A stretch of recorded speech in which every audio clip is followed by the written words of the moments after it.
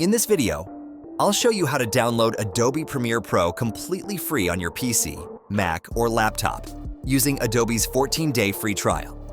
This is a great way to explore the software's capabilities without any cost. Let's get you set up. First, check the description below.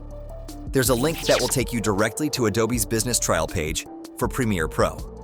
Once you're there, click Start Free Trial and pick the plan that works for you. If you want to test it out, the monthly plan is flexible. You can cancel anytime. If you're planning to edit long-term, the annual plan saves you more per month after the trial. Next, sign into your Adobe account, or create one if you don't already have one. Just a heads up, Adobe will ask for your billing info to start the trial. But remember, as long as you cancel before the 14-day mark, there's no charge. After that, download the Creative Cloud desktop app. Once it's installed, find Premiere Pro, hit Install, and let it load up. And that's it.